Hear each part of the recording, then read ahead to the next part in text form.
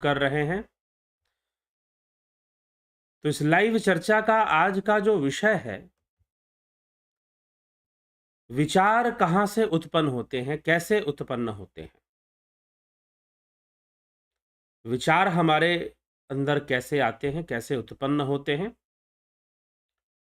विचारों का यह विषय हमें कैसे समझना चाहिए? विचार तो उत्पन्न होते ही हैं, लेकिन उत्पन्न होने के साथ-साथ और भी बहुत कुछ हमारे जीवन में वो करते हैं। हम कैसे विचारों को समझें? तो प्रश्न है कि विचार कैसे उत्पन्न होते हैं और कब-कब हमें बार-बार जन्म लेना पड़ेगा और एक सुखी जीवन मनुष्य कैसे जी पाए? आज हम कुछ इन विषयों पे चर्चा करेंगे। आज हम कुछ इन विषयों पर हम आज चर्चा करेंगे। वैसे इन विषयों पर पहले भी चर्चा हो चुकी है, ऐसी बात नहीं कि चर्चा नहीं हुई है चर्चा। परंतु हम फिर से कई बार फिर से आवश्यकता पड़ती है। हाँ, विचार कहाँ से उत्पन्न होते हैं, कैसे उत्पन्न होते हैं, इस विषय पर विशेष करके कोई वीडियो नहीं बना है। लेकिन विवेक चूड़ामणि और पतंजलि योग सूत्र और उपनिषदों के वीडियोज़ में ऐसी चर्चा हो चुकी है पहले भी। लेकिन इस विषय को लेकर नहीं हुई थी, लेकिन चर्चा तो हो चुकी है। तो इसलिए चलिए, आज हम इसी विषय पर विचार करते हैं और ये एक बहुत गंभीर विषय है। गंभीर विषय क्यों है? क्योंकि यही हमारा जीवन बनाता है। यही हमारे जीवन में अनेकों निर्णय लेता है, विचारों के माध्यम से ही। इसलिए स्वामी विवेकानंद जी ने कहा था, "whatever you think that you will be". जैसा आप सोचेंगे वैसे ही आप बन जाएंगे। ठीक? तो इसीलिए विचारों का बहुत महत्व है जीवन में, क्योंकि विचार ही हमारे लाइफ की स्टीयरिंग है। स्टीयरिंग है, इनकी दिशा बदलती है तो हमारे कर्मों की दिशा बदल जाती है, हमारे जीवन की दिशा बदल जाती है। ये अगर सही रहते हैं तो हमारे जीवन की दिशा भी बहुत सही रहती है फिर। ठीक? तो इन सब गहरे विचारों पर आज हम जीवन को लेकर फिर से आ गए हैं, जीवन सूत्रों को लेकर, और कैसे जीवन को हम बेहतर बना सके, शांति से, सुखी से एक हम बढ़िया जीवन जी सके। तो किसी मित्र ने, किसी सब्सक्राइबर ने ये प्रश्न किए हैं, तो आज उनका भी प्रश्न हम लेकर आगे बढ़ते हैं। उन्हीं का प्रश्न है ये, और फिर आगे इसके माध्यम से, उनके माध्यम से और इस प्रश्न के माध्यम से सबको एक उत्तर प्राप्त होगा। वैसे इस पर चर्चा पहले भी हो चुकी है। अब ध्यान से सुनिए। एक वीडियो आई थी उपनिषदों के ऊपर। उस वीडियो का टाइटल था, आप हो सके तो आप उस वीडियो को सर्च भी कर सकते हैं, "जब हम सोते हैं तो कौन सोता है"। जब हम सोते हैं तो उस समय सोता कौन है? आज इस विषय को अगर इस वीडियो को आपने बार-बार सुना हो, थोड़ा-सा गहन विषय है, लेकिन फिर भी देखा मैंने इस वीडियो पे व्यूज़ बहुत हैं, तो लोगों ने इसको सुना है। जाकर अवश्य सुनिए। जब हम सोते हैं तो कौन सोता है? भैया, आप जब सो जाते हो, आपकी श्वासें चलती हैं, आपकी हृदय गति भी चलती रहती है, ब्लड की पंपिंग चलती रहती है हार्ट के थ्रू, शरीर में खून दौड़ता रहता है, आपने जो खाना खाया है वो भोजन भी पचता रहता है, और जब आप सोकर सुबह-सुबह उठते हो तो भोजन मल का रूप धारण कर कर बाहर निकलने के लिए तैयार हो जाता है, और आप शौच आदि क्रियाएँ करते हो फिर। जो भी खाया वो रात भर में पच गया, आप तो सोए हुए थे। लेकिन आप सोए थे तो सोया कौन था? शरीर तो काम कर ही रहा था। आप देखो सोए हुए व्यक्ति की सांसें कैसे लेता है, छोड़ता है, लेना, छोड़ना चलता रहता है। ज़्यादा लंबी-लंबी सांसें लेता है, ज़्यादा तेज सांसें लेता है, कई लोग तो खर्राटे मारते हैं सोते समय। तो आपके शरीर के अंदर जितनी भी क्रियाएँ हैं, वो सारी क्रियाएँ तो चलायमान ही हैं, वो चल ही रही हैं। तो फिर सोया कौन था? प्रश्न उठता है, फिर सोया कौन था? मैं ये प्रश्न क्यों कर रहा हूं कि जब हम सोते हैं तो सोता कौन है?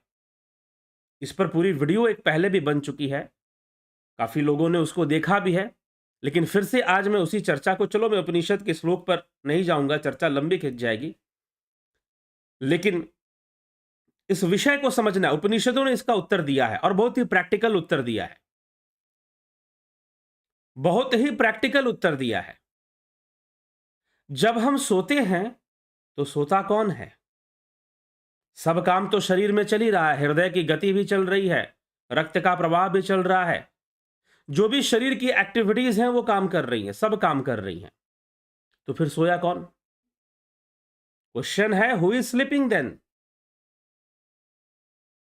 कौन सो रहा है? तो उपनिषद इसका उत्तर देते हैं, इंद्रियां सो रही हैं।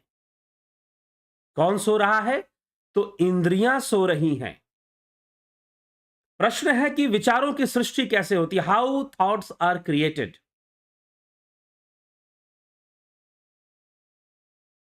हमारे पुराने सब्सक्राइबर एक हैं, उन्होंने ये प्रश्न किया है, हाउ थॉट्स आर क्रिएटेड। तो इस प्रश्न का अगर सही सही उत्तर आपको मिल गया, जब हम सोते हैं तो कौन सोता है? अब ध्यान से समझिएगा, जब हम सो जाते हैं तो इंद्रियां सो जाती हैं, इंद्रियां रेस्ट के पोजीशन में चली जाती हैं। कंप्लीटली चली जाती हैं? जी नहीं। 3 अवस्थाओं से आप गुजरते हैं, जागृत, स्वप्न और सुषुप्ति। जब आप स्वप्न में सो होते हैं तो स्थूल इंद्रियां सोई होती हैं। जिस समय आप स्वप्न में हैं उस समय कौन सो गया है? स्थूल इंद्रियां। स्थूल इंद्रियां, वास्तव में इंद्रियां स्थूल होती ही नहीं है, इंद्रियां सूक्ष्म ही होती हैं, लेकिन स्थूल शरीर में भी उनका भाग होता है, जैसे कि कान है, आंखें हैं, जिह्वा है, त्वचा है, लेकिन इंद्रियां सूक्ष्म होती हैं। इंद्रियां स्थूल शरीर का पार्ट नहीं है, इंद्रियां सूक्ष्म शरीर का अंग है। इसीलिए जब आप सो जाते हैं तो आपकी आंखें तो बाहर की ओर नहीं देखती, फिर भी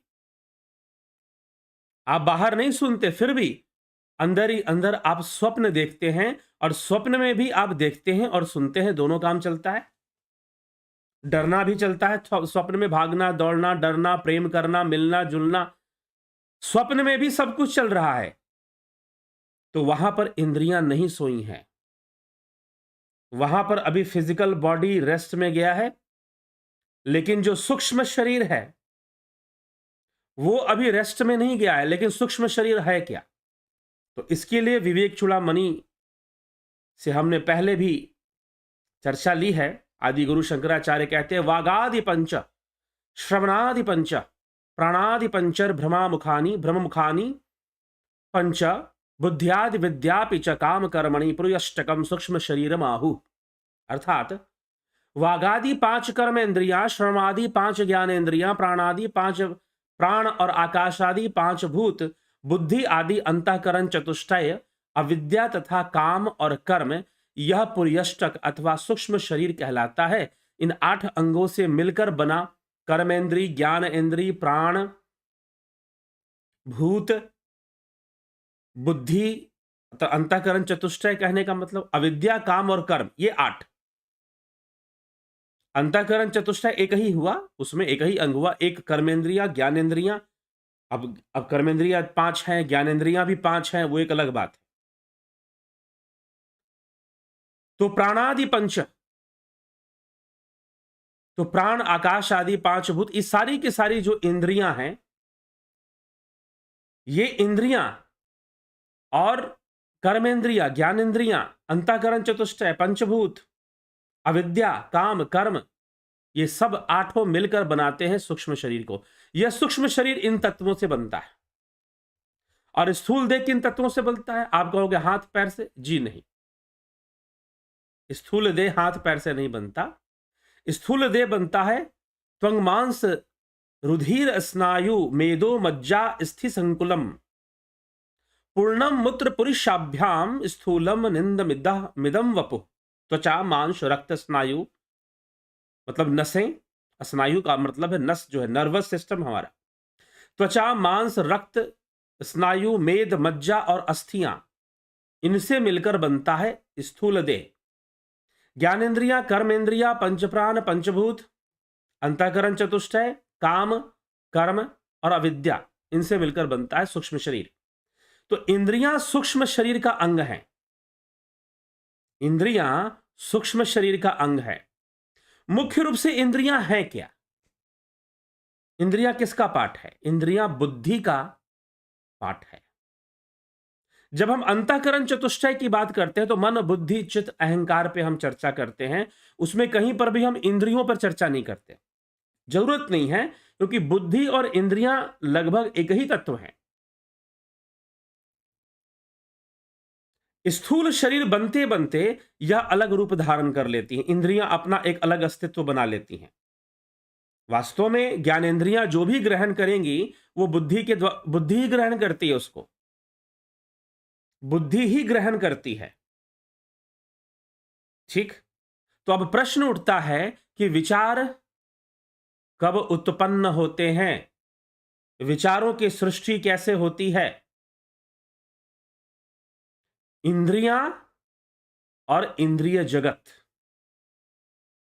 इंद्रियां और जगत का जब संबंध बनता है, अर्थात यहां जगत शब्द भी नहीं कहा जाएगा, जो शास्त्रों में जो शब्द प्रयोग किया गया है, बुद्धि और अविद्या।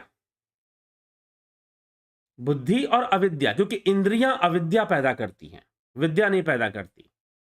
सत्य ज्ञान को प्रकट नहीं करती हैं इंद्रियां, इंद्रियां मिथ्या ज्ञान को प्रकट करती हैं। इसलिए बुद्धि और इसलिए मिथ्या ज्ञान को प्रकट करने के कारण हम उसको अविद्या कहते हैं, उसको माया कहते हैं। योग सूत्र में भी अविद्या की चर्चा मिलती है। यह जो विषय मैंने अभी लिया कि बुद्धि और अविद्या, यह पतंजलि योग सूत्र से लिया गया विषय है। तो बुद्धि का अविद्या संपर्क और अविद्या संपर्क बुद्धि का जिस तत्व से होता है उन्हें इंद्रियां कहते हैं। तो बुद्धि का अविद्या संपर्क होने से सबसे पहली चीज अहंकार, और अहंकार ही पहला विचार है। Ego is your first idea of life.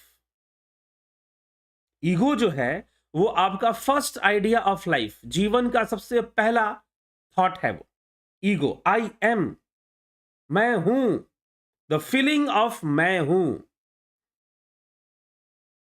Feeling of आई। सबसे पहली चीज क्या आती है? जब बुद्धि मिथ्या के साथ संपर्क बनाता है, अविद्या के साथ संपर्क बनाता है, बीच में इंद्रियां हैं, लेकिन उस समय इंद्रियों का विकास नहीं माना जाता प्रारंभिक स्तर पे।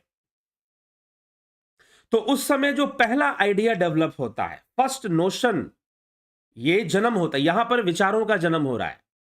World of feelings, world of ideas and world of thoughts यहां से क्रिएट हो रही हैं। जो पलविंदर सिंह जी ने प्रश्न किया है कि हाउ थॉट्स आर क्रिएटेड, तो जब बुद्धि अविद्या के संपर्क में आ जाती है तो वहां पर जो फर्स्ट नोशन क्रिएट होता है, जो फर्स्ट आइडिया क्रिएट होता है, जो फर्स्ट थॉट क्रिएट होता है, उसको बोलते हैं आई, अहंकार, ईगो। गूढ़ रहस्य है थोड़ा सा, इंडियन साइकोलॉजी पतंजलि योग सूत्र को कहते हैं। तो बुद्धि और अविद्या का संपर्क जिस माध्यम से हुआ वो माध्यम ही इंद्रियां हैं। स्थूल शरीर में ये इंद्रियां साफ साफ बाह्य रूप में हमें दिखाई देती है कि हमारी आंखें हैं, कान हैं, लेकिन आंखें ना भी हो तो क्या इंद्रियां नहीं रहेंगी? इंद्रियां सूक्ष्म रूप में फिर भी रहेंगी। स्वप्न में आप देखते हो, चलते हो, फिरते हो, वहां भी तो इंद्रियां काम कर ही रही हैं, वहां भी इंद्रियां काम कर रही हैं। इसीलिए कहा गया जब हम सो जाते हैं तो कौन सोता है? इंद्रियां सोती हैं, बाकी शरीर की गतिविधियां चलती रहती हैं, इंद्रियां ही सोती हैं। लेकिन वो भी कब? जब सुषुप्ति में हम चले जाते हैं। तो सुषुप्ति क्या है? अब आपको यह भी समझना पड़ेगा कि सुषुप्ति क्या है। सुषुप्ति है complete rest of your senses, इंद्रियों का संपूर्ण रेस्ट सुषुप्ति है। तो इंद्रियों का संपूर्ण रेस्ट सुषुप्ति ही किसका? जीव की जो इंद्रियां हैं, कर्म इंद्रियां और ज्ञान इंद्रियां। सुषुप्ति अवस्था में ये दोनों ही रेस्ट के पोजीशन में चली जाती हैं, तो वहां पर कोई विचार नहीं होता। थॉट ऑफ नथिंगनेस उसे कहा है, महर्षि पतंजलि ने वृत्ति बताया है, वेव ऑफ नथिंगनेस। क्या वो सुषुप्ति समाधि है? जी नहीं, समाधि नहीं है, वृत्ति है, वृत्ति। महर्षि पतंजलि योग सूत्र। इसीलिए योग सूत्र पर व्याख्या दोबारा करेंगे। योग सूत्र जो बातें बताता है मन के विषय में, चित्त के विषय में, विचारों के विषय में, और जितनी गहराई में बताता है, सही से अगर उसे समझ लिया गया, दुर्भाग्य, हाँ, एक दुर्भाग्यपूर्ण ये है कि बिना साधना किए, without meditation practice, actually meditation नहीं कहना चाहिए, ध्यान योग, विदाउट द प्रैक्टिस ऑफ ध्यान योग, प्रणव साधना, श्वासों के परे जाने की जो कोशिश है। कुछ लोग कहते हैं कि सब लोग ये श्वासों का ध्यान करना बताते हैं। जी नहीं, यहां पर तो हम श्वासों के परे जाने की कला बताते हैं, how to go beyond your breathings. यहां जो ध्यान योग होता है, वहां पर ऐसी कुछ चीजें भी सिखाई जाती हैं कि जहां श्वासें भी स्थिर हो जाए, अव्यक्त अवस्था में आप जाओ। श्वासें तो व्यक्त होती हैं, तो इसलिए यहां जो ध्यान योग मिलता है उसमें बहुत फर्क है, ये समझिएगा। तो जब हम ऐसी अवस्था में जाते हैं, समाधि की अवस्था की ओर हम जाते हैं, तो वहां पर भी नथिंगनेस आता है। लेकिन सुषुप्ति एक वृत्ति है, समाधि वृत्ति नहीं है। थोड़ा सा यह विषय बहुत गहन और गंभीर है, बहुत गंभीरता से समझने की आवश्यकता है। जुड़े रहेंगे, बने रहेंगे तो समझ जाएंगे जो मैं बताना चाहता हूं।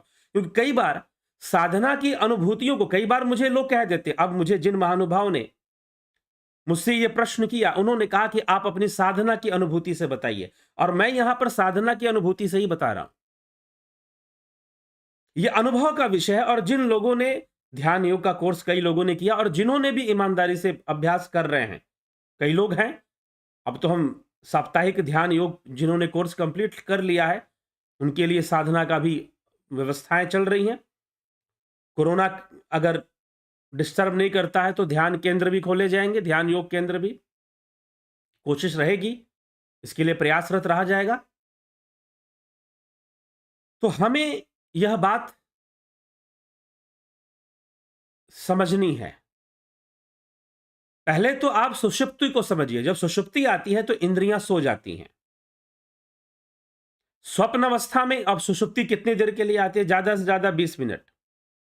अगर आप 6 घंटे की नींद लेते हो, 6 से 8 घंटे सोते हो, तो आप 20 से 30 मिनट आप सुषुप्ति अवस्था में जाएंगे।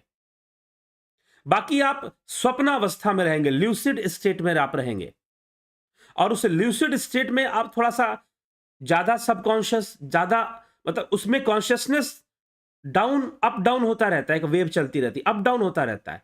तो इसीलिए आप स्वप्न में देखते तो बहुत कुछ है, लेकिन सब कुछ याद नहीं होता। जिसमें आप ज्यादा थोड़ा कॉन्शियसनेस डाउन होगी, वो चीजें याद नहीं रहेंगी। जहां जिसको आपने ज्यादा कॉन्शियसली देखा, वो आपको याद रहेंगी। इसलिए ज्यादातर लोगों को वो सपना याद होता है जो जस्ट वो उठने के पहले देखते हैं, क्योंकि उस समय वो डीप स्लीप से जाग रहे होते हैं, रिटर्निंग प्रोसेस में होते हैं। रिटर्निंग प्रोसेस में होने के कारण वो स्वप्न से, वो रास्ता है, डायरेक्टली कोई भी डीप स्लीप में नहीं जाता। ध्यान रखिएगा, जब भी आप सोएंगे, you cannot fall directly in deep sleep except Siddha yogis. सिद्ध योगियों की बात मैं यहां नहीं कर रहा। सिद्ध योगी जैसे रामकृष्ण परमहंस, श्री श्यामाचरण लाहिड़ी महाशय, गोरखनाथ जी, योगी गोरखनाथ जी हुए, ऐसे सिद्ध योगी जो हुए, उनकी बात मैं नहीं कर रहा यहां पर। तो साधारण मनुष्य कभी भी डायरेक्टली डीप स्लीप में नहीं जा सकता। वो स्वप्न अवस्था से होते हुए, ड्रीम स्टेट से होते हुए ही डीप स्लीप में जाता है, और जब डीप स्लीप से लौटता है तो ड्रीम स्टेट होते हुए ही वो जागरण में आता है, अवेकनिंग में आता है, जागृत अवस्था में आता है। ये ध्यान रखिएगा। तो हमारी इंद्रियां रेस्ट में जाती हैं धीरे धीरे जब हम सोते हैं तो, और डीप स्लीप में चली जाती हैं तो कंप्लीटली रेस्ट में चली जाती हैं। लेकिन यह उनका निरोध नहीं है, यह इनका निरोध नहीं है। अब आपको समझ में आएगा कि what is the difference between deep sleep and samadhi. तो वहां पर इंद्रियां कंप्लीटली रेस्ट में चलेंगी। That's why there it is the wave of nothingness. Maharshi Patanjali ने इसे नथिंगनेस, वहां पर स्वामी विवेकानंद जी का अगर भाष्य पढ़ेंगे आप अंग्रेजी में, योग सूत्र का भाष्य, तो वहां पर वेव ऑफ नथिंगनेस उन्होंने लिखा है। वहां कोई वेव नहीं होगा उस समय के लिए, आपको ऐसा लगता है, लेकिन जो डीप स्लीप है वो अपने आप में ही एक वेव है। इसीलिए महर्षि पतंजलि ने उसको भी वृत्ति कहा है। 5 वृत्तियां महर्षि पतंजलि ने बताई है: प्रत्यक्ष, विपर्य, विकल्प, निद्रा और स्मृति। प्रत्यक्ष, विपर्य, विकल्प, निद्रा और स्मृति, ये 5 वृत्तियां महर्षि पतंजलि ने योग सूत्र में बताई हैं। निद्रा भी एक वृत्ति है। आप अगर नींद में जा रहे हो तो वृत्ति के वशीभूत जा रहे हो, वृत्ति के वशीभूत जा रहे हो आप। आपके अंदर एक इनर्शिएटिव क्वालिटी है, जो आपको, जो तमोगुण है आपका, वो आपको नींद में ले जाता है। और नींद में जाना जरूरी है। पहले तो ये कॉन्सेप्ट हमेशा के लिए खत्म करो। इतने लोगों के कॉन्सेप्ट बिगड़े हुए हैं कि क्या बताएं। पहले ये खत्म करो कि तमोगुण बुरी चीज है। जी नहीं, आवश्यकता से अधिक हर चीज बुरी है। अगर सतोगुण बढ़ गया तो वो भी बहुत बुरा बहुत नुकसान पहुंचाता है। और हमारे ग्रंथों में, पुराणों की कथाओं में ऐसी घटनाएं हैं जहां पर सतोगुण ने बहुत नुकसान पहुंचाया है। संतुलन चलना पड़ता है, सारे गुणों को सम करना पड़ता है। साधना में, योग में गुणों के पार जाना होता है, त्रिगुणातीत अवस्था में जाना होता है। तो जब आप सोते हैं तो वहां पर इंद्रियां सो जाती हैं। Then there is no thought, वहां कोई थॉट नहीं है। तो सबसे पहले कौन जागता है? इंद्रियां डीप स्लीप से अवेक होती हैं स्वप्न स्टेट, स्वप्नावस्था में। और स्वप्न अवस्था से वो जागृत अवस्था में उनकी अवेकनिंग होती है। जब जागृत अवस्था में अवेकनिंग होती है, जब वो स्वप्नावस्था में अवेकनिंग होगी तो ड्रीम्स आएंगी। जब वो जागृत अवस्था में अवेकन हो जाएंगी तो फिर ये आंखों से देखना, कानों से सुनना सुनाई शुरू हो जाएगा, शुरू हो जाएगा।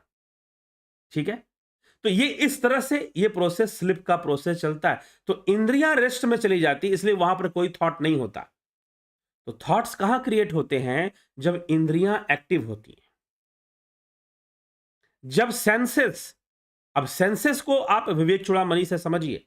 यहां पर महर्षि पतंजलि ने बता दिया कि इंद्रियां सूक्ष्म शरीर का अंग है, स्थूल शरीर का नहीं है। स्थूल शरीर का अंग नहीं है इंद्रियां। अगर स्थूल शरीर का अंग है, आदमी मर जाए, व्यक्ति की मृत्यु हो जाए, कान सही है, आंखें सही हैं, क्या वो देखेगा? क्या वो सुनेगा?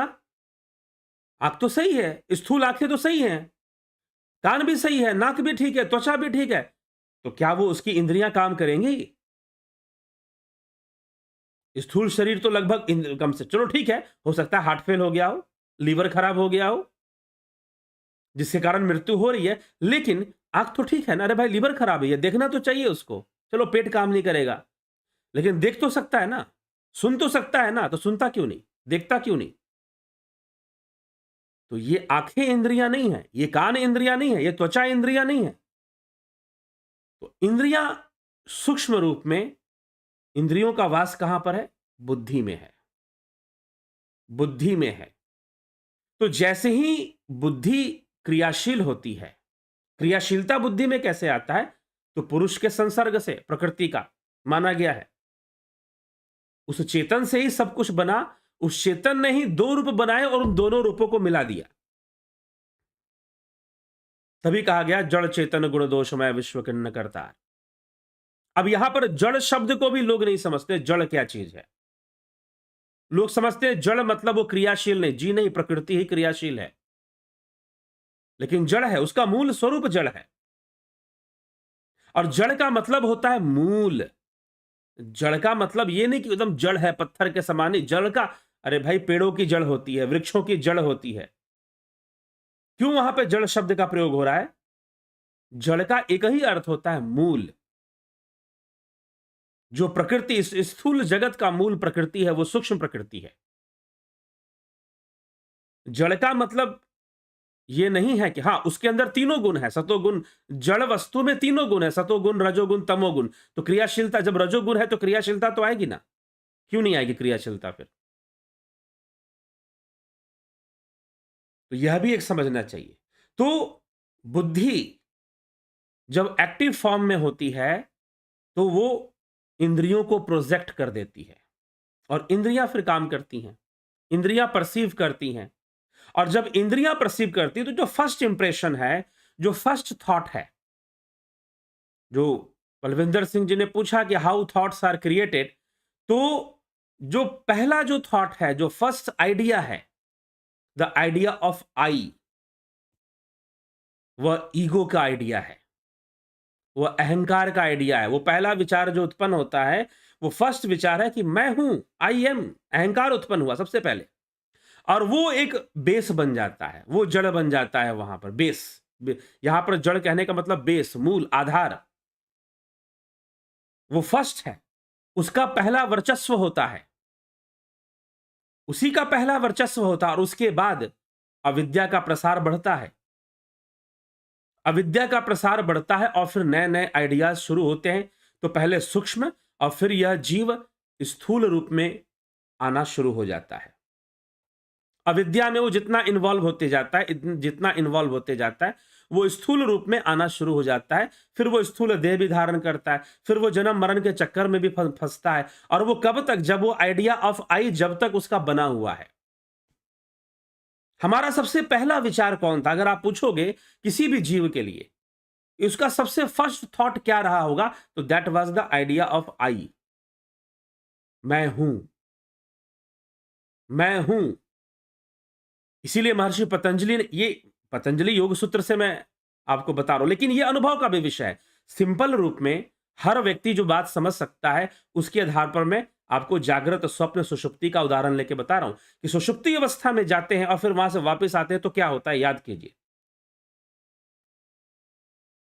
बहुत फास्ट प्रोसेस है, पता नहीं चलता हमें, लेकिन उस समय भी सबसे पहले यही फीलिंग आती है कि आई एग्जिस्ट।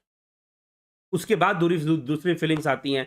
फिर आप ड्रीम में चले जाते हो, फिर ड्रीम से अरे भाई मैं तो ये आदमी हूं और मुझे ये काम करना है, ऑफिस जाना है, ये काम करना है, वो काम करना है, परिवार है, घर है, बाहर है, बच्चे हैं, सब है। सारी बातें ध्यान में आ जाती हैं।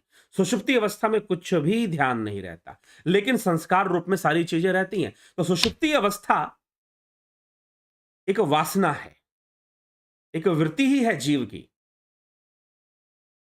परंतु वो समाधि नहीं है। समाधि तो सुपर कॉन्शियसनेस है।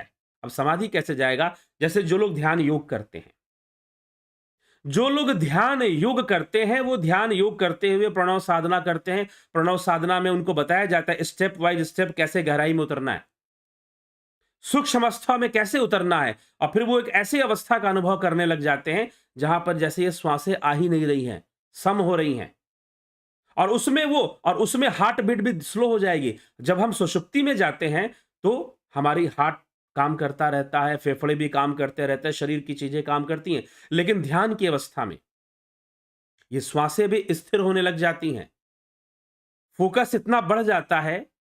अगर नाद ध्यान कर रहे हो तो कई बार नाद ध्यान में तो लगता है तेजी से जैसे आदमी डिसॉल्व हो रहा है, जा रहा है, कहीं शून्य हो रहा है, उसका पूरा अस्तित्व ही शून्य हो रहा है, ऐसी फीलिंग आनी शुरू हो जाती है। आनंद है ये। तो वहां पर फिर जाकर वैसी एक अवस्था बनेगी। वैसे तो कई बार लोग ध्यान करते हैं तो होता क्या है कि विचार जो नहीं भी आते वो ध्यान के समय आते हैं, विचारों की बाढ़ आती है। आपने सुना होगा कि भगवान बुद्ध जब पीपल वृक्ष के नीचे उरुबेला नामक ग्राम में गया धाम में, वो पवित्र धाम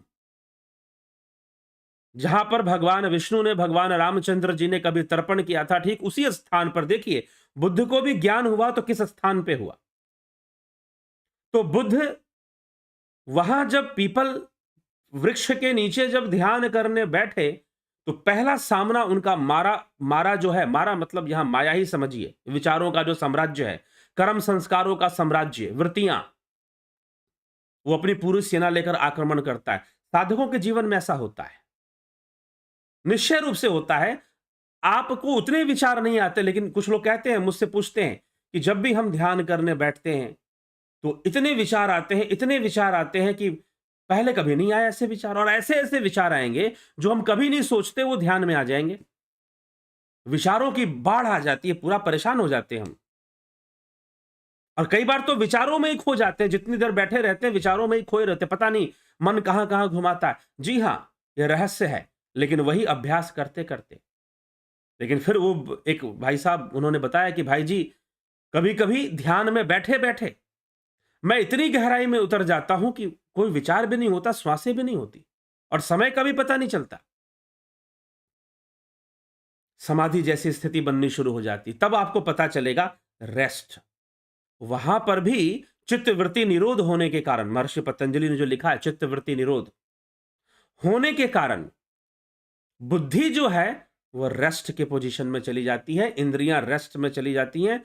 रेस्ट का एक तरह से उनका लय शुरू हो जाता है, वो लय की प्रक्रिया शुरू हो जाती है। फोकस बढ़ जाता है, एकाग्रता बढ़ती है उसमें, वहां से हमारी शक्तियों का विकास शुरू हो जाता है। वो सुपर कॉन्शियसनेस है, और सुषुप्ति अवस्था लोअर कॉन्शियसनेस है। अनकॉन्शियस तो हम बिल्कुल नहीं कह सकते। अगर अनकॉन्शियस कहेंगे तो आप उठोगे नहीं फिर, लेकिन जब आप सोए होते हो, अगर जोर से कोई हिला दे आपको तो आप उठ जाते हो, ठीक है। लेकिन ऑलमोस्ट अनकॉन्शियस आप हो जाते हो, नॉट 100% बट 90% आप अनकॉन्शियस स्टेज में चले जाते हो। तो आप वहां से फिर रीगेन करते हो, वापस लौटते हो आप। तो वो एक विलासिता है, वह जीवात्मा का विलास है। लेकिन यह जीवात्मा का विकास है जब वो ध्यान करता है तो सुपर कॉन्शियसनेस की ओर चला जाता है, फोकस इतना बढ़ जाता है उसका कि विचार अपने आप शून्य होने लग जाते हैं। उसका फोकस इतना बढ़ जाता है कि ध्यान इतना बढ़ जाता है, वो एक वृत्ति हो जाता है, और एक वृत्ति से निवृत्ति में चला जाता है। फिर पहले तो वो एक वृत्ति होगा, जब एक वृत्ति होगा तो उसे हम ध्यान कहेंगे। जब निवृत्ति होगी तो समाधि होगी। तो निवृत्ति कोई बाहर की अवस्था नहीं है कि भाई उसने निवृत्ति को प्राप्त कर लिया, मतलब कि घर बार छोड़कर संन्यास ले लिया, जी नहीं। निवृत्ति तभी होगी जब आप समाधि अवस्था को प्राप्त करोगे। इसी को निवृत्ति और प्रवृत्ति, प्रवृत्ति मतलब जो इंद्रिय जगत है, बुद्धि और इंद्रियों का जो या अनुभव जगत, जो मिथ्या जगत है, इसमें इसमें हमारा प्रवृत्ति होना वो प्रवृत्ति है। इसमें लगे रहना, इसमें आसक्ति होना, इसमें रहना प्रवृत्ति है। और चित्तवृत्ति का निरोध कर कर समाधि में लीन होना ही निवृत्ति है। समाधि में लीन होना ही निवृत्ति है। तो निवृत्ति और प्रवृत्ति इस तरह से समझाया गया है शास्त्रों में, लेकिन हमने अर्थों का अनर्थ करके रखा हुआ है, बात अलग है।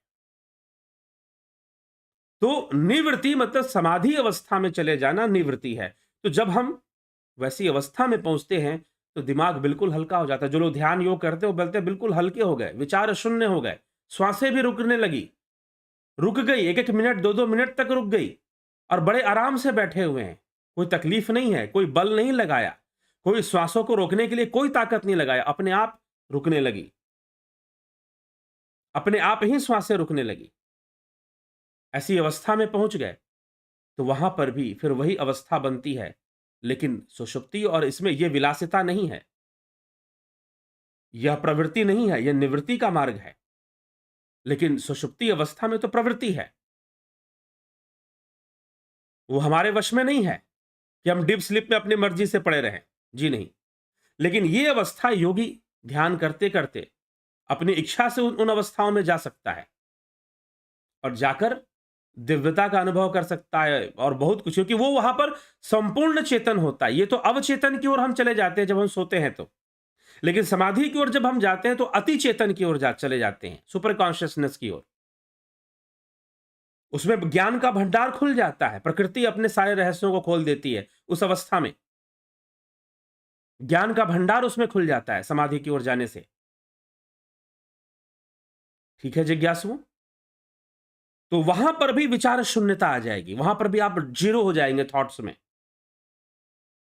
कोई थॉट नहीं रहेगा। लेकिन जैसे ही आप रिटर्न करेंगे वहां से, बुद्धि फिर एक्टिव हो जाएगी, फिर इंद्रियां, और बुद्धि एक्टिव होने का मतलब इंद्रियां एक्टिव होंगी। बुद्धि तभी एक्टिव होगी जब इंद्रियां एक्टिव होंगी, और जैसे ही इंद्रियां एक्टिव होगी जो सबसे फर्स्ट आइडिया आएगा, आई एग्जिस्ट, मैं हूं, जो पहला विचार है, द फर्स्ट थॉट क्रिएटेड, कि मैं हूं, और फिर उसी का आधार लेकर बाकी विचार और विचारों की वृत्तियां शुरू हो जाएंगी, जगत शुरू हो जाएगा, और कई तरह के इल्यूजन और जड़ जगत उसमें हम समाना शुरू कर देंगे। बहुत तरह के विचार, बहुत तरह की बातें, बहुत तरह की चीजें शुरू हो जाएंगी, और फिर हम उन विचारों में ही फंस जाएंगे। उन विचारों से एक आसक्ति बनी रहेगी, और उन्हीं विचारों और कर्म के वशीभूत फिर कर्म होगा। कर्म इंद्रियां भी हमारे अंतःकरण का ही अंग है। बुद्धि ही आज्ञा देती है कर्म इंद्रियों को क्या करना है, नहीं करना है। तो कर्म इंद्रियां भी काम करेंगी, फिर कर्म भी बनेगा, भोग भी लगेगा, और फिर इस तरह से जीवन बढ़ेगा। और फिर क्या होगा? पुनरपि जननम पुनरपि मरणम पुनरपि जननी जठरे शयनम इस संसारे खलु दुस्तारे कृपया पाही पारि मुरारे। ठीक। तो इस प्रकार से पुनरपि जननम पुनरपि मरणम तो लगा ही रहेगा फिर आपका हमेशा ही। कब तक लगा रहेगा? जब तक आप इन विचारों और वृत्तियों के साम्राज्य में हैं। अगर आपने इनका बाध कर दिया, इनका निरोध कर दिया, तो संपूर्ण कर्म संस्कारों का लय करते हुए ये संपूर्ण वृत्ति समूह लय हो जाएंगे। आप निवृत्ति को प्राप्त हो जाएंगे, समाधि को प्राप्त होकर आप मुक्त हो जाएंगे। आप वृत्ति बंधन से हमेशा के लिए मुक्त हो जाएंगे फिर। तो बार बार जन्म लेना और बार बार मरना तब तक लगा ही रहेगा जब तक यह वृत्ति समूह है। जब तक विचार पैदा होते जा रहे, क्रिएटिविटी उनमें बनी रहेगी, वो क्रिएट होते रहेंगे, और उसका जो मुख्य और मजबूत आधार है, वो सबसे पहला विचार जो है हमारे हमारे जीव के, यह जीवन का पहला विचार नहीं है, ध्यान रखिएगा। मैंने कहा idea of I is the first thought. It is not the first thought of your this life, but it is the living being, मतलब कि जीव, जो जीव है उसका ही सबसे पहला विचार है कि मैं हूं, जो अहंकार है। इसलिए महर्षि पतंजलि ने कहा कि जो प्रथम चीज पैदा होती है बुद्धि और अविद्या के संयोग से, वह अहंकार है, वह विचार है, वह एक आइडिया है। और वहां से आइडियाज डेवलप होना शुरू हो जाएंगी, इंद्रिय जगत से संबंध बनना शुरू हो जाएगा वहां से, और वो दृष्टा भाव बुद्धि के माध्यम से बना रहेगा, बना रहेगा, बना रहेगा, दृश्य सामने आएगा। तो खत्म करना है, दृश्य तभी खत्म होगा जब दृष्टा खत्म हो जाएगा, अर्थात उस दृष्टा भाव का विलीन कर देना है, उस दृष्टा भाव का लय कर देना है। तो यह संभव कैसे है? समाधि अवस्था में ही संभव है, बिना ध्यान योग के संभव नहीं है। तो इस तरह से जन्म, बार बार जन्म लेना और बार बार मरना। अब एक प्रश्न है कि हम अपना जीवन अच्छे से कैसे जिएं? चलिए ठीक है, समाधि मिलेगी नहीं मिलेगी, लेकिन यदि आपका steering, thoughts are the steering of your life, विचार जो है आपके जीवन की स्टीयरिंग है। ये जो दिशा पकड़ेंगे वो वही जीवन आपका वही दिशा पकड़ लेगा, जीवन भी वही दिशा पकड़ेगा। अगर आप चाहते हैं कि जीवन को संतुलित ढंग से, थोड़ा सुख से, आराम से जिए, तो जो भी इंद्रिय अनुभूति है उसमें जो रिएक्शन होता है, अब होता है क्या रिएक्शन? एक इंद्रिय अनुभूति जो सबसे पहली जो परसेप्शन आया बुद्धि को, इल्यूजन आया दो, वो था इल्यूजन अहंकार का, आई एग्जिस्ट, आइडिया ऑफ आई, ये महर्षि पतंजलि कहते हैं। यहां से थॉट्स क्रिएट होना शुरू होते हैं। वो आया सबसे पहले, वो आगे, अब उसके बाद बढ़ते गए बढ़ते गए। अब क्या होता है कि लाइफ में, अब जीवन में जो स्थूल देहधारी हैं उनके लाइफ में एक ऐसी चीज आ जाती है कि इंद्रियां और जो बुद्धि है इनके बीच जो रिएक्शन हो रहा है, जो चित्त है उसमें जो रिएक्शन हो रहा है वो इम्बैलेंस होना शुरू होता है। जब वो इम्बैलेंस होता है तो दुख आता है, हम अपने आप से परेशान होते हैं, बहुत सारी चीजों से परेशान होते हैं, संसार की चीजों से हम परेशान होते हैं।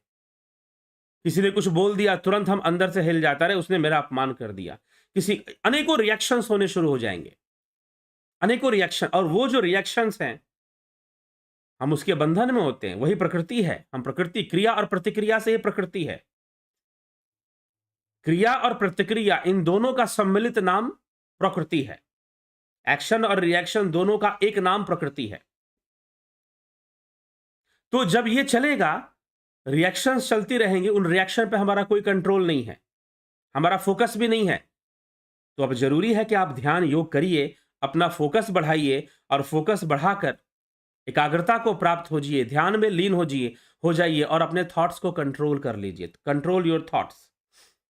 अब यहां पर जो फोकस बढ़ाने की बात है वो बाहरी फोकस की बात नहीं है, यह आंतरिक ध्यान योग जिसे कहते हैं हम, वो आप करिए।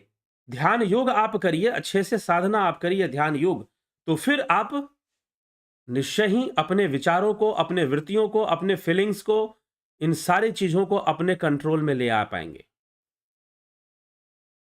इन सारी चीजों को आप अपने नियंत्रण में ले आ पाएंगे। और जब तक आप इन रिएक्शन को, प्रकृति से बुद्धि और जगत, दृश्य दृश्य और दृष्टा के बीच जो रिएक्शंस हो रही हैं, उस रिएक्शन पर जब तक कंट्रोल नहीं आएगा, मतलब कि विचारों पर जब तक कंट्रोल नहीं आएगा, फीलिंग्स एंड इमोशंस पर जब तक कंट्रोल नहीं आएगा, तब तक फीलिंग्स ही विचारों को पैदा करती हैं। तो विचार एक जब हम उसको लिख देते हैं या एक कंक्लूजन निकाल देते हैं या प्रपोजिशन स्टेटमेंट दे देते हैं, तो हम कहते हैं विचार है, लेकिन एक्चुअल में वो एक फीलिंग है, एक इमोशन है। अहंकार भी एक फीलिंग है, एक आइडिया है वो। तो इसीलिए जब तक इन रिएक्शंस पर कंट्रोल नहीं आएगा, तब तक एक सुखी और शांत जीवन जी पाना संभव नहीं है, धन कितना भी हो जाए और कितना भी कमा लें आप। एक संतुलित जीवन जी पाना संभव नहीं है।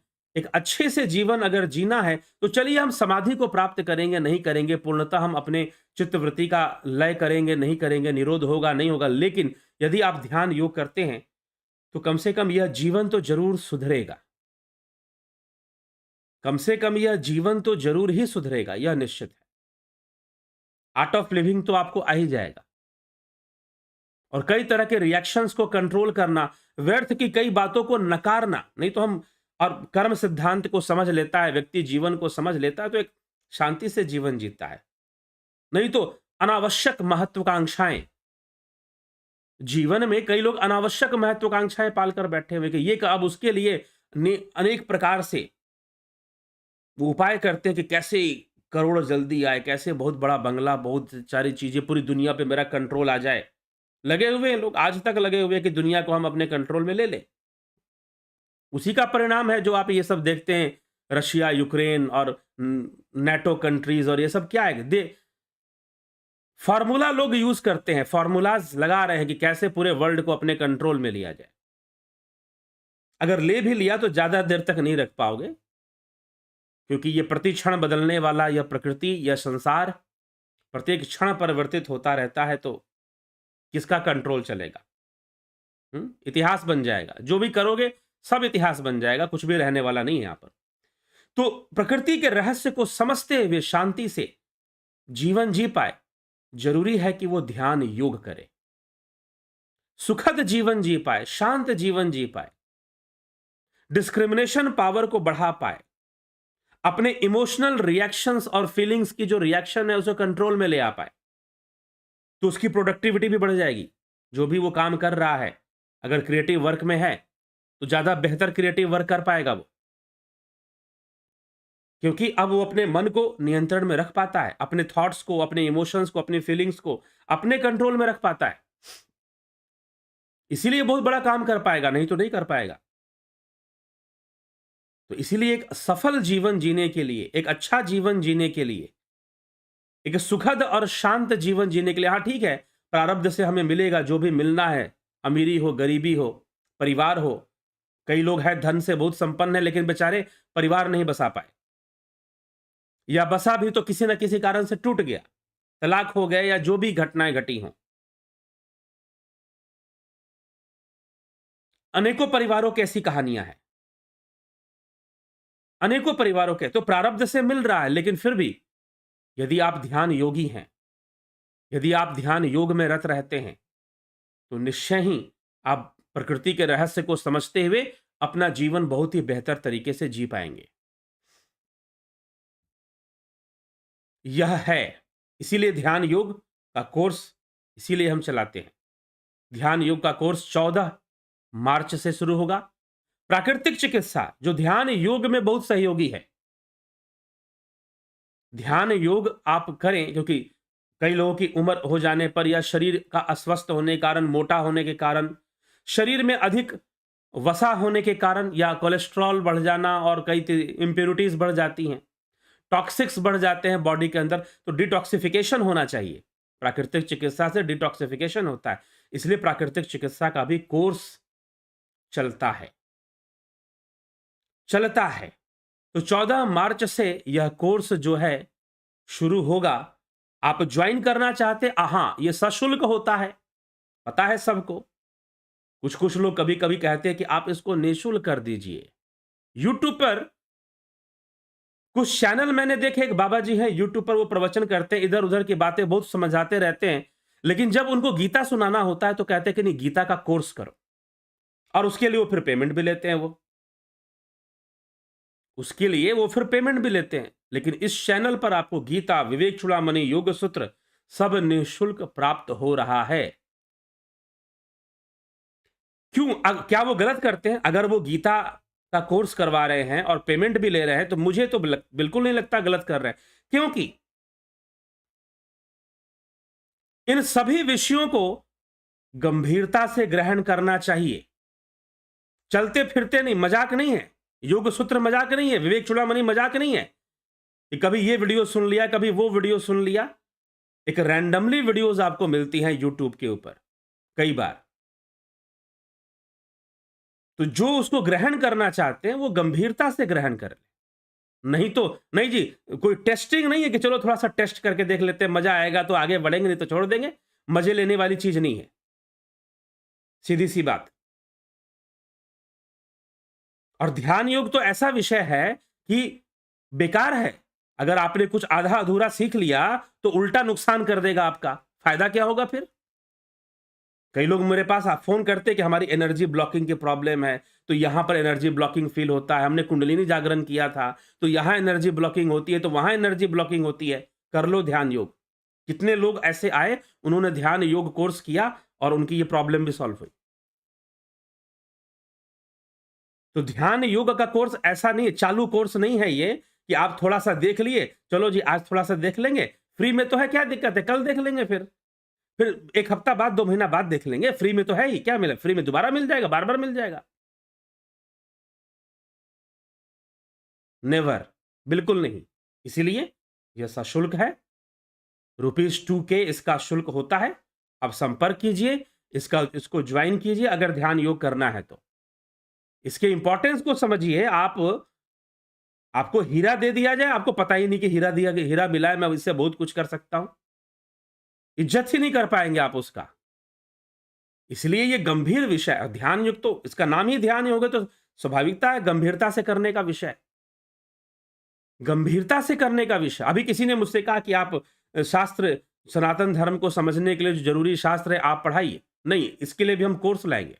बाकी आप चैनल देखिए, चैनल पे बहुत कुछ पढ़ा हुआ है, सनातन धर्म के शास्त्रों पे ही पढ़ा हुआ है, सनातन धर्म के विषयों पर ही पढ़ा हुआ है।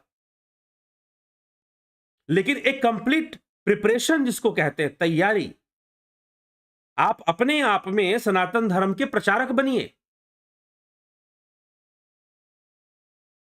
प्रचारक। तो उसके लिए भी बाद में भविष्य में, ताकि 6 शास्त्रों को बढ़िया से समझा जा सके, उस विषय में भी हम चर्चा लाएंगे, कोर्स लाएंगे। लेकिन ठीक है, यूट्यूब पर भी शास्त्रों की चर्चा चलती रहती है, बहुत सारी बातें चलती रहती हैं। लेकिन जो विषय गंभीरता से सीखने योग्य है, उसे गंभीरता से ही ग्रहण करना चाहिए। नहीं तो आधा अधूरा इधर उधर करने से उल्टा नुकसान ही होने का चांस होता है, लाभ नहीं होता फिर। तो इसीलिए ध्यान योग का कोर्स 14 मार्च से शुरू हो रहा है। जरूर ज्वाइन कर लीजिए और इसका लाभ उठा लीजिए। प्राकृतिक चिकित्सा का भी कोर्स 14 मार्च से ही शुरू होगा, नेचुरोपैथी का। वैसे तो देश में बहुत सारे नेचुरोपैथी सेंटर्स हैं, लेकिन प्राकृतिक चिकित्सा एक ऐसी चीज है जिसको सेंटर या कहीं एडमिट होने की जरूरत नहीं है उसके लिए। उसमें तो आप स्वयं ही अपने डॉक्टर बनते हैं, लेकिन बारीकी से जो उसमें टेक्निक बताई जा रही है, बारीकी से उसे समझना पड़ेगा, सीखना पड़ेगा, तब जाकर होगा। ठीक है? तो इसीलिए ये दोनों कोर्सेज हैं और इसका लाभ उठाइए। 14 मार्च से शुरू होंगे, संपर्क कर लीजिए अगर ध्यान योग करना चाहते हैं। तो अब विचार कहां से, कैसे उत्पन्न होते हैं, हाउ इट क्रिएट्स। एक तो एग्जाम्पल ये है कि आप सुषुप्ति अवस्था से जब लौटते हो तो उस समय पकड़ो उस पॉइंट को, क्या होता है, विचार उस समय जीरो हो जाते हैं, थॉट्स नहीं रहते उस समय। फीलिंग्स भी नहीं रहती हैं कुछ देर के लिए। जब आप ड्रीम स्टेट में आते हो तो फीलिंग आ जाएगी, विचार भी आ जाएंगे। वैसे ही जब आप अब जो ध्यान योग नहीं करता वो इस बात को गहराई से नहीं समझ सकता। ध्यान योग करते हुए प्रणव साधना में हम जाते हैं, एक ऐसी अवस्था अपने आप बन जाती है जैसे हम विचार शून्य हो जाते हैं। और फिर वहां से फिर बुद्धि एक्टिव होगी, इंद्रियां, वहां पर भी इंद्रियां भी शिथिल हो जाती है। अरे भाई, जो लोग ध्यान योग करते हैं वो खुद अनुभव बताते हैं कि ऐसा लगता है जैसे मेरे हाथ नहीं है, पैर नहीं है। एक भाई साहब ने फोन किया कि मुझे ऐसा लग रहा था ये गले के नीचे शरीर है ही नहीं। ठीक है, तो कुछ करेंगे तभी ये सारी चीजें एक्सपीरियंस में आ सकती हैं, अगर एक्सपीरियंस में ले आना है तो बुद्धि और इंद्रियों के संयोग से विचार उत्पन्न होते हैं। और जो सबसे पहला विचार उत्पन्न होता है वो है आइडिया ऑफ आई, कि मैं हूं, अहंकार उत्पन्न होता है। उसके बाद फिर उसका सहारा लेकर दूसरे विचार, और अविद्या बढ़ती है तो और विचार, और फिर उसी के कारण जीव और जीव का जीवन चलता है। इसीलिए कहा गया ईश्वर अंश जीव अविनाशी। किसी ने पूछा कि जीव अविनाशी कैसे? तो जीव का विनाश नहीं होता भैया, जीव का मोक्ष होता है। आप मोक्ष को विनाश बोलोगे क्या? मोक्ष विनाश नहीं है, वो तो जीव की पूर्णता है,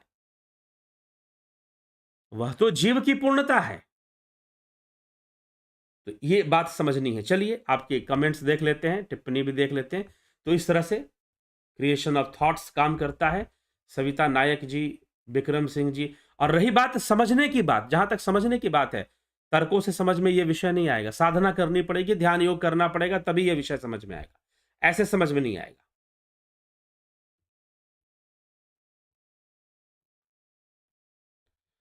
सविता नायक जी, विक्रम सिंह जी, कमलेश खैरनर जी, गोविंद प्रसाद, नीमा, जगत नारायण, गौरव, विक्रम सिंह और गौरव की तरफ से जी हाँ अभिनंदन है। AK सिंह जी, शंकर प्रसाद जी, सरोज साहू, बबीता धीमान, स्मिता सावंत, नवजोत नाथ, संतोष देवी, सबका बहुत बहुत अभिनंदन है इस कार्यक्रम में। विनोद कुमार सूद, राजू पाल, लाल बहादुर सिंह जी, बहुत अभिनंदन है। शिवम भट्ट जी, अवनी प्रधान, उषा श्रीवास्तव, AK त्यागी, भारत शबलानी, रामविलास जी, रमेश पेशवानी जी, राकेश मराठे, भिखू कुचाडिया, राम प्रकाश, पिंटू वासवा, काशीनाथ, माधुरी कोल्हे जी, बहुत अभिनंदन है। यश शेठ, विनीता अग्रवाल, विंदेश्वरी मिश्रा, रामविलास जी, गणेश आंबेकर, रवीश सुंदर, रामनिवास मीना, SKM, शंकर प्रसाद, अजीत अपराजित, रूपलाल विश्वकर्मा, संजय तिवारी, ज्योति दत्ता, गणेश पवार जी, रचना RK, सतीश सर, पाथू जी ठाकुर, उत्कर्ष तिवारी, दयानंद जी, पूनम सिंगला, पंकज सोनी, मनीष जादव, शंकर प्रसाद। दो yogis who have experienced Turiya or fourth state enter deep sleep sushupti. Turiya is a super conscious stage, highly focused stage. सुषुप्ति is not. ये जब एक्सपीरियंस में आएगा तभी समझ में आएगा।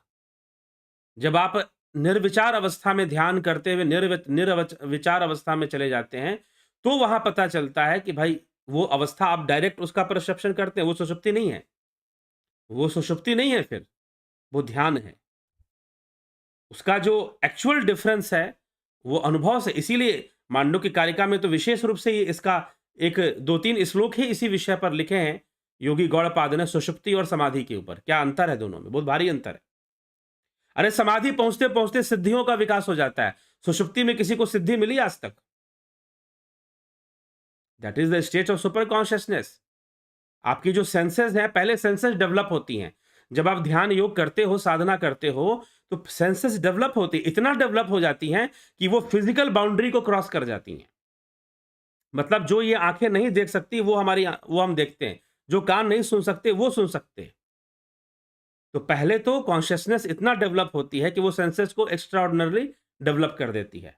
ठीक है, फिर वो समाधि की ओर चलती है, संपूर्ण लय की ओर आगे बढ़ती है। अंजू श्रीवास्तव जी, उज्जवल छेत्री, श्वेता राय सिन्हा, क्या वासना और वृत्ति सिनोनिम है? लगभग। वासना और वृत्ति इज द वेव्स। वासना एक आसक्ति है, ठीक।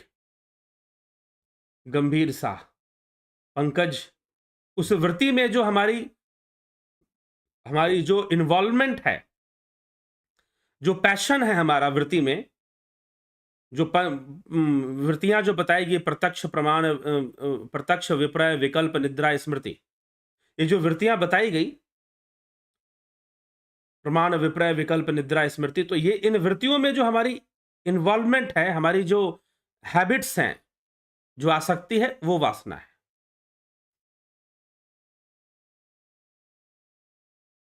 पंकज, तो बहुत 3 प्रकार की वासनाएं, आहार निद्रा भय मैथुन, 4 प्रकार की, ये सबसे ज्यादा हावी रहती हैं।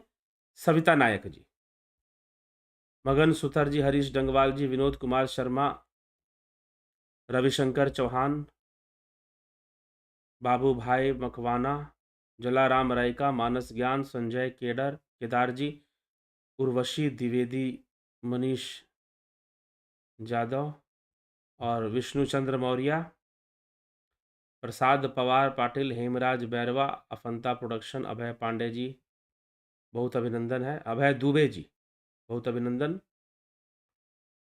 ब्रह्म कुमारिज में जो राजयोग सिखाते हैं, क्या वह ध्यान योग नहीं है? ब्रह्म कुमारी में क्या सिखाते हैं, तो वही जानते हैं सही से, क्योंकि मुझे नहीं पता, लेकिन जहां तक मुझे थोड़ी बहुत जानकारी है, बिंदु का ध्यान करना वो सिखाते हैं। वो एक त्राटक क्रिया है, बिगिनिंग स्टेज है, वो साधना शुरू करने का एक तरीका है महर्षि पतंजलि के अनुसार। त्राटक क्रिया का वर्णन मिल जाएगा आपको योग शास्त्रों में। तो बिंदु का ध्यान जहां पर किया जाता है, आंखें खोलकर किया जाता है, ठीक है, करना चाहिए। जहां तक, अगर वो कुछ और भी एक्स्ट्रा सिखाते होंगे तो मैं नहीं जानता, तो लेकिन जहां तक मुझे ज्ञात है, लगभग यही सिखाते हैं। और फिर उसको देखते देखते आंखें बंद कर लो, दैट इज कंप्लीटली त्राटक क्रिया, और कुछ नहीं। इससे ज्यादा उसको नहीं कहा जा सकता। और कुछ सिखाते होंगे तो ठीक है, पता नहीं, और भी वहां कुछ मुझे मिले थे, तो कोई मुरली सुनाते हैं, कुछ और बताते हैं। तो मेन जो कॉन्सेप्ट है, मेन जो फिलॉसफी है उनकी, वो क्या कहती है, वो एजम्पशंस पर बेस्ड है या लॉजिक्स पर बेस्ड है, ठीक है। और लॉजिक्स किस आधार पर चलते हैं, तो 6 प्रमाणों पर चलते हैं। हमारी जो प्रमाण व्यवस्था है, उस पर जो है आपका प्रमाण व्यवस्था में प्रत्यक्ष चलेगा, अनुमान चलेगा, उपमान चलेगा, शब्द चलेगा, मतलब कि जो स्क्रिप्चरल टेस्टिमनी है, शब्द प्रमाण जिसको हम बोलते हैं, और फिर अर्थापत्ति और अनुपलब्धि, अनुपलब्धि भी चलेगी। बहुत सारे विद्वानों ने अनुपलब्धि को प्रमाण नहीं माना, लेकिन अनुपलब्धि प्रमाण के रूप में लिया जाता है कि भाई ये व्यक्ति यहां नहीं है तो कहां है, एक प्रमाण हो गया ना कि वो कहीं और है। तो इसीलिए उन उपलब्धि को भी प्रमाण में आदिगुरु शंकराचार्य ने लिया है, और मीमांसा में भी लिया जाता है। तो इस प्रकार से है। तो ये इन प्रमाणों के आधार पर फिर चर्चाएं, तर्क होते हैं, लॉजिक्स दिए जाते हैं। ऐसे ही ऊपर नीचे फेंकने का लॉजिक नहीं होता कि कहीं पर भी कुछ भी ले लिया, मान लिया। तो मानने की अवस्था से ऊपर उठ के बात होनी चाहिए, ठीक। तो ये चीज है। तो जहां तक मुझे पता है, बाकी तो वहां पर आप जाएंगे तो वही बताएंगे वो क्या सिखाते हैं, क्या नहीं सिखाते हैं। तो अगर वो सिखाते हैं तो वो एक त्राटक क्रिया है, वो हम ध्यान योग के कोर्स में भी बताते हैं। त्राटक क्रिया ध्यान योग के कोर्स में भी, क्योंकि बिगिनिंग से शुरू होता है, बिगिनिंग में कैसी प्रैक्टिस करना चाहिए, फिर वो प्रैक्टिस करने के बाद आगे कैसा प्रैक्टिस करना चाहिए। तो इस तरह से ध्यान योग का कोर्स 1 मंथ कोर्स होता है। ध्यान योग का कोर्स 1 मंथ कोर्स होता है, उसका अभ्यास हमें करना चाहिए। प्रसाद पवार पाटिल जी, कुछ दिन से आपने सपने में आ रहे हैं, कुछ दिन से सपने में आ रहे हैं, और वो लोग दिख रहे हैं जो ना कभी देखे, कभी ना वो जगह। क्या वह पूर्व जन्म की भी बातें हो सकती हैं? हाँ, उनका भी इन्वॉल्वमेंट हो सकता है। हमारे चित्त में अनेकों जन्मों के संस्कार पड़े हुए हैं, डाटा पड़े हुए हैं। जैसे चिप में डाटा होता है, वैसे चित्त में संस्कार होते हैं, तो अनेकों जन्मों के, तो उसके वशीभूत बहुत सारी चीजें आ सकती हैं। रवीश सुंदर जी, क्या असाती को मेडिटेशन से छोड़ा जा सकता है? ध्यान योग से छोड़ा जा सकता है, बिल्कुल। ध्यान योग, आपके यहाँ मेडिटेशन कहने का मतलब ध्यान योग ही है। एक वीडियो मैंने बताया कि मेडिटेशन और ध्यान योग में बहुत बड़ा अंतर है। थोड़ी सी वेस्टर्न फिलॉसफी पढ़ेंगे तो पता चलेगा मेडिटेशन क्या है और ध्यान योग क्या है। ध्यान योग चित्तवृत्ति निरोध है और meditation is a process of contemplation. Cartesian theory पढ़ा है आपने, मैथ्स पढ़ी है, डेकार्टेस थ्योरी ऑफ आई, कॉर्गिटो इर्गो सम जो उसने दिया था। कैसे दिया था? तो उसने कहा आपने ये कैसे जाना? तो उसने कहा मेडिटेशन से जाना, थ्रू मेडिटेशन। तो मेडिटेशन इज ए कंटेम्पलेशन, ये प्रूव होता है। वेस्टर्न फिलॉसफी अगर आप पढ़ेंगे तो प्रमाणित हो जाएगा। Edmund Husserl, phenomenology of Edmund Husserl, theory of reduction. Edmund Husserl की कंटेम्प्रेरी फिलोसोफर में वो आते हैं, अगर आपने पढ़ा हो तो वो फेनोमेनोलॉजी देते हैं। रिडक्शन मतलब अपने आइडियाज को रिड्यूस कीजिए आप और एक कंक्लूजन पे पहुंचिए, तो that is a process of contemplation. तो meditation in actual meaning meditation is not dhyan. Meditation ध्यान नहीं है। अगर आपने, क्योंकि हम अगर किसी भी वर्ड का मीनिंग, अगर हम गॉड, व्हाट इज गॉड, इसीलिए कल मैंने कहा था हो सकता है किसी को, मैंने किसी पर कटाक्ष नहीं किया था। मैंने कहा था अली मौला करते हो तो पहले थोड़ा सी पढ़ लो इतिहास कि अली किसको कहते हैं और मौला किसको कहते हैं, तब अली मौला करो तो अच्छा है। This is the philosophic aspect. मेरा एक दार्शनिक पक्ष था कहने के पीछे। तो पहले जानो हु वाज अली, अली का इतिहास क्या है, मौला का इतिहास क्या है, जानो, फिर करो अली मौला, नाचो गाओ अली मौला करके जितना गाना है। तो मेडिटेशन इज नॉट ध्यान योग। डेकार्टेस को पढ़िए, father of modern philosophy. Edmund Husserl को पढ़िए, उन्होंने मेडिटेशन का नाम लिया। हीगल ने भी लिया है, जिसकी फिलॉसफी को डिराइव करके कार्ल मार्क्स ने अपनी फिलॉसफी बनाई थी। कांट को पढ़िए, कांट भी मेडिटेशन को उसने भी लिया है। इमैनुअल कांट ने भी मेडिटेशन को लिया है। तो meditation is a process of contemplation, तो इसलिए मेडिटेशन इज नॉट ध्यान योग। लेकिन अब हम क्या है ना कि अब we are actual psychologically we are slave. हम बहुत ज्यादा अपने आप को, हम कोई अमेरिका की बात कर दे, अमेरिका के साइंटिस्ट ने ऐसा बोला है, तो हमको लगता है कि वो तो गलत हो ही नहीं सकता है। हो सकता है ठगने के लिए बोला हो दुनिया को। अब देखो, अब पीछे एक फिल्म आई थी 2012 में, दुनिया खत्म हो रही है, सिर्फ फिल्म ही आई और बाकी कुछ नहीं हुआ। सिर्फ फिल्म ही आई और उसमें वैज्ञानिकों का लिया जा रहा था कि हाँ साइंटिस्ट ऐसा बोल रहे हैं, नासा ऐसी कह रही है, और सब मान रहे थे कि ऐसा हो जाएगा क्या। सिर्फ फिल्म आई, फिल्म आने के अलावा दूसरी कोई घटना नहीं घटी और फिल्म हिट हो गई। तो कहां ठग लिए जाओगे पता नहीं चलेगा। व्यापारी लोग पता नहीं बिजनेस करने के लिए कितने देशों को लड़वाएंगे, कितनों को बर्बाद करेंगे, क्या करेंगे। ठीक है, ईस्ट इंडिया कंपनी ऐसे ही व्यापार करने आई थी और करते करते शासन करने लगी। इसीलिए ये समझने की आवश्यकता है, इसको समझिए।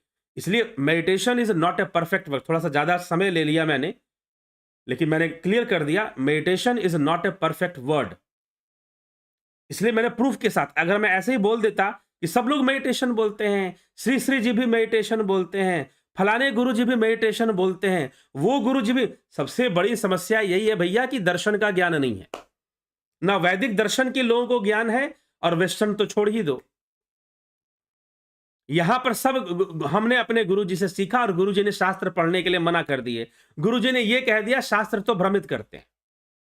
ज्यादातर आज हमारे देश में जो संस्थाएं हैं, उनके जो मुखिया बैठे हुए हैं, वो अपने शिष्यों को यही समझाते हैं कि शास्त्र भ्रमित करते हैं, शास्त्र मत पढ़ो भ्रमित हो जाओगे। सच्चाई यह है कि अगर सही से शास्त्र पढ़ लेगा तो गुरुजी की पोल पट्टी खुल जाएगी। अगर सही से शास्त्र पढ़ लेगा शिष्य, अगर शिष्य सही से शास्त्र पढ़ लेगा तो गुरु जी की पोल पट्टी खुल जाएगी, उन्होंने कितना बताया है और कितना छोड़ा है, यह भी हो जाएगा। फिर तो समझाया ही यही जाता है। इसलिए पढ़ो, जानो, नहीं पढ़ सकते तो इस चैनल पर हम काम ही वही कर रहे हैं, जो वैदिक दर्शन है उसको स्पष्ट करने का। तो इसीलिए मेडिटेशन इज नॉट अ ध्यान योग। अगर कोई बड़े से बड़ा गुरु कहता है कि मेडिटेशन करो, तो चुनौती देता हूं उसको, come and discuss the philosophy, how the word meditation is derived and what is the ध्यान योग। ठीक। तो इमैनुअल कांट ने मेडिटेशन किया था किसी कंक्लूजन पे पहुंचने के लिए, तो वो एक कंटेम्पलेशन है, थॉट्स का एक प्रोसेस है। ये इमैनुअल कांट की फिलॉसफी में आता है कि उसने मेडिटेशन किया और एक कंक्लूजन पे पहुंचा, और एक जो उस समय जो रैशनलिस्ट और एम्पिरिसिस्ट थे, जो एम्पिरिसिस्ट फिलोसोफर थे और जो रैशनलिस्ट फिलोसोफर थे, जिसके अंदर डेकार्टेस आते हैं, लिबनीज आते हैं, तो ये सारे जो फिलोसोफर थे, और फिर जो एम्पिरिसिस्ट थे, लॉक हो गए, बर्कले हो गए, इन सब ने जो फिलॉसफी दी, उन दोनों फिलॉसफी को अपने contemplation through logical contemplation, Immanuel Kant ने क्या किया कि उन दोनों को जोड़कर एक नया कंक्लूजन दे दिया, आइडियलिज्म का एक नया कंक्लूजन दे दिया। तो उसने ये कैसे किया? तो इमैनुअल कांट ने किया कि मैंने मेडिटेशन किया। जब डेकार्टिस से पूछा गया कि आपने आइडिया ऑफ आई कहां से आया, तो उन्होंने कहा कॉर्गिटो एर्गो सम, जिसे उसने लैटिन में कहा। आइडिया ऑफ आई कहां? तो उसने कहा मेडिटेशन से आया। जब एडमंड हसरल से पूछा गया कि ये फिनोमिनोलॉजी कहां से लेकर आए, तो उसने कहा कि थ्रू मेडिटेशन आया। लेकिन हम तो मेडिटेशन से चित्तवृत्ति निरोध करते हैं भाई। तो लेकिन हम गुलाम हैं, हमको लगता है कि it is a more civilized. No, that is not more civilized. ज्यादा इंटेलेक्चुअल हो जाएंगे। हमारे देश में ऐसा है कि अंग्रेजी बोलने वाला ज्यादा इंटेलेक्चुअल हो सकता है, होता है, लेकिन महामूर्ख भी तो हो सकता है। तो भाषा से बुद्धिजीविता का कोई संबंध नहीं है, ध्यान रखिएगा। हाँ, तो इसीलिए मेडिटेशन और ध्यान योग बोलना पड़ता है। अब मुझे भी अभी ये इतना प्रचार हो गया है कि मैं भी कई बार मेडिटेशन बोलता हूं, हाँ भैया मेडिटेशन करो। अब आपको देख लो, मेडिटेशन और ध्यान योग को समझाने में 10 से 12 मिनट का टाइम निकल गया। अब उस व्यक्ति को क्या समझाए कि मेडिटेशन ध्यान नहीं है। ध्यान योग is a different thing, meditation is a different thing. There is a prohibition of thoughts. ध्यान योग में प्रोहिबिशन ऑफ थॉट्स है,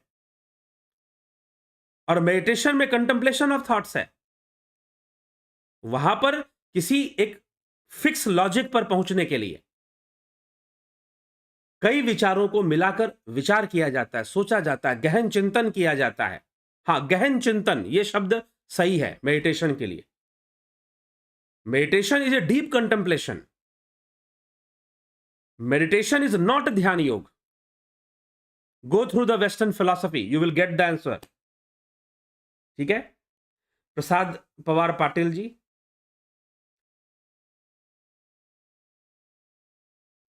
ठीक। तब पलविंदर कुमार जी, रिस्पेक्टेड गुरु जी, दंडवत प्रणाम, बहुत अभिनंदन है पलविंदर जी, आपका बहुत स्वागत है।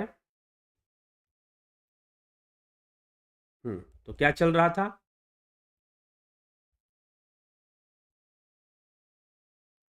रवि सुंदर अर्नव समंता, प्रणाम गुरु जी। क्या मन और आत्मा एक ही है? नहीं जी।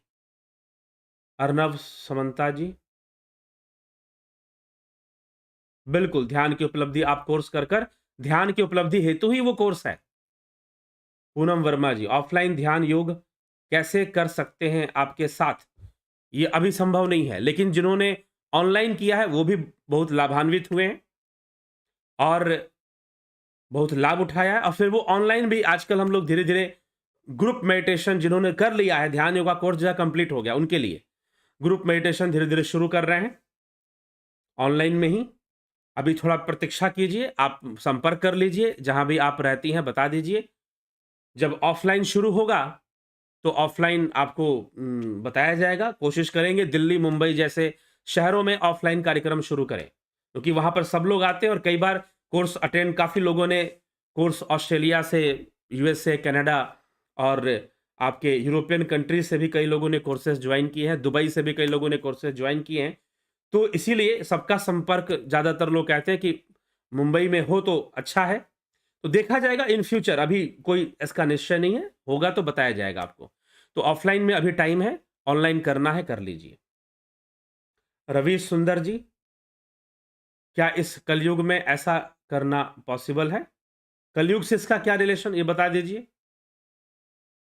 महर्षि पतंजलि ने पूरे पतंजलि योग सूत्र में कलयुग का वर्णन नहीं किया है। आदि गुरु शंकराचार्य ने पूरे विवेक चूड़ामणि में कलयुग का वर्णन नहीं किया है। और स्वयं महर्षि पतंजलि ने जिस युग में लिखा है वो कलयुग ही तो था।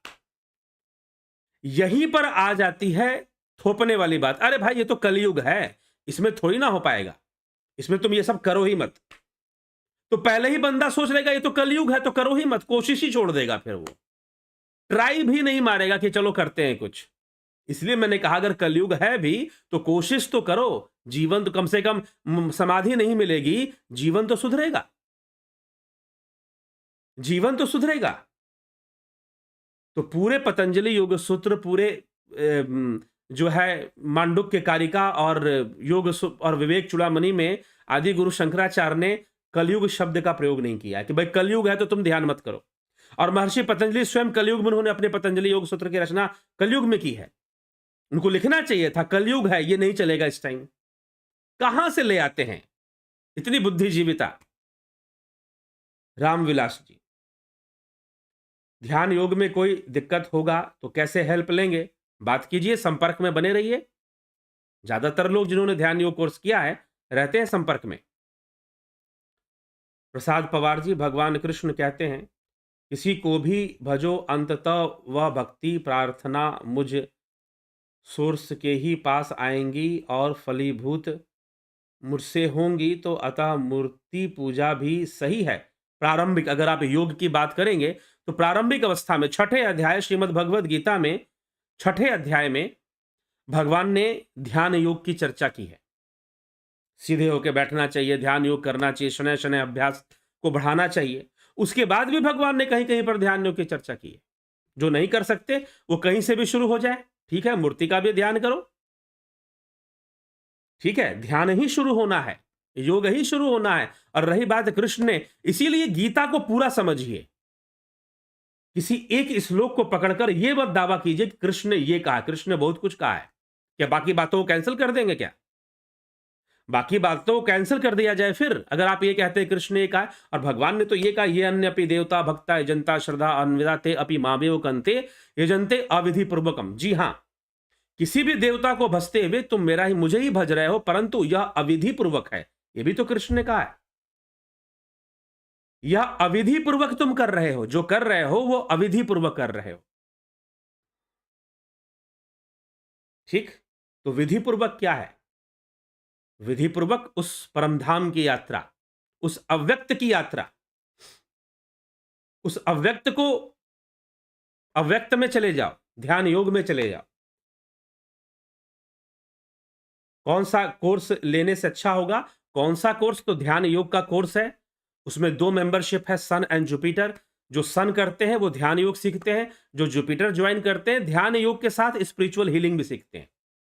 कुछ लोग कहते हैं कि हम स्पिरिचुअल हीलिंग सीखना चाहते हैं, ध्यान योग नहीं सीखना चाहते, तो वो नहीं चलेगा, वो नहीं ऑप्शन होता। क्यों नहीं होता? क्योंकि स्पिरिचुअल हीलिंग के लिए वही कर पाएगा जिसने ध्यान योग किया है, उसी के लिए है स्पिरिचुअल हीलिंग, दूसरे के लिए है ही नहीं। तो इसीलिए तो ध्यान योग में दो सदस्यता है, सन मेंबरशिप एंड जुपिटर मेंबरशिप। उसमें से आप कोई भी, अगर सिर्फ ध्यान योग करना है तो सन ज्वाइन कीजिए, स्पिरिचुअल हीलिंग भी करना है साथ में तो जुपिटर ज्वाइन कीजिए, और प्राकृतिक चिकित्सा वो अलग है। हाँ, आप ये कहते हैं कि नहीं मैं अभी ध्यान योग नहीं करूंगा, सिर्फ प्राकृतिक चिकित्सा करूंगा, कर सकते हैं, कर सकते हैं, लेकिन स्पिरिचुअल हीलिंग वही लोग करेंगे जो ध्यान योग करेंगे, नहीं तो नहीं होगा। और प्राकृतिक चिकित्सा आप कर सकते हैं। तो आप चाहें तो दोनों में से कोई एक ज्वाइन कर सकते हैं, आप चाहें तो तीनों ही ज्वाइन कर सकते हैं एक साथ, मर्जी आपकी है, आप तीनों ही ज्वाइन कर सकते हैं। ठीक, ज्वाइन करना है संपर्क कर लीजिए, व्हाट्सअप कर दीजिए इस नंबर पर, व्हाट्सअप या टेलीग्राम, दोनों में से इस नंबर पर आप मैसेज आप कर दीजिए और डिटेल्स ले लीजिए। आपको डिटेल्स दे दिया जाएगा।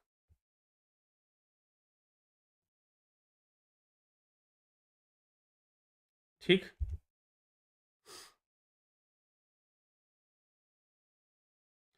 रवीश सुंदर जी, अर्नव समंता, कौन सा? ठीक है, हो गया। रवि सुंदर, फेसबुक पर एक ध्यान ग्रुप बना जी? नहीं, देखिए सबसे बड़ी बात क्या है, फेसबुक पर ध्यान ग्रुप, फेसबुक आप ठीक है, फेसबुक मुझे फेक बुक लगता है। आज से 3-4 साल पहले मैं फेसबुक पे एक्टिव रहा करता था, लेकिन इधर 2 साल से मैं फेसबुक पर बिल्कुल एक्टिव नहीं हूं। प्रोफाइल बना हुआ है, कुछ लोगों ने मुझे इनविटेशन भी भेज रखा, आप ही लोगों में से कुछ लोग होंगे जुड़े हुए, लेकिन कोई एक्टिविटी नहीं है। Completely ingenuine platform. कभी भी कोई भी गंभीर विषय का की चर्चा फेसबुक पे ना ही करो तो बेहतर है। ठीक है, आपका डाटा भी सिक्योर नहीं है। पहली बात तो वो तो बिल्कुल नहीं, वो तो फेसबुक डिक्लेयर करता है, विथ अनाउंसमेंट डिक्लेयर करता है। ठीक है, तो कभी भी गंभीर चर्चा लोग अपने परिवारों की फोटो डालते हैं, अपने परिवार के सदस्यों के, मैं कहता हूं फेसबुक पे ना कर। हाँ, कुछ बिजनेस एजेंडा आपका है तो बात अलग है। कुछ बिजनेस आपको करना है, वो भी बहुत बहुत सारे लोग बिजनेस वाला काम भी फेसबुक पे नहीं करते। ठीक है, ये जितने भी एप्स हैं, ये अपना मोनोपोली एस्टैब्लिश रखती हैं। वो फाइनली आपको चीजें दे रही हैं बहुत आसानी से, लेकिन फाइनली आपके ऊपर अपना दबाव बनाने की कोशिश करती हैं। यूट्यूब भी करता है, लेकिन फिर भी अभी यूट्यूब में इतना नहीं है। ये सारी विदेशी सोशल मीडिया जो आया है, जितनी भी सोशल मीडिया की कंपनीज हैं, जो अमेरिकन कंपनीज हैं, वो सब इसी प्रकार से चलती हैं और यही एजेंडा वो चलाती हैं। तो इसीलिए फेसबुक पे आप मत अभी एक्सपेक्ट कीजिए, क्योंकि फेसबुक की जो अपनी जो चीजें हैं वो बहुत वीक हैं। आप बहुत आसानी से वहां से कॉपी पेस्ट करना, लीकेज डाटा को इधर से उधर करना, किसी को भी टैग करना, किसी को भी डाउनलोड करना बड़ा इजी और बहुत सिंपल होता है। तो Facebook is not a secure और नॉट ए जेन्युइन प्लेटफॉर्म।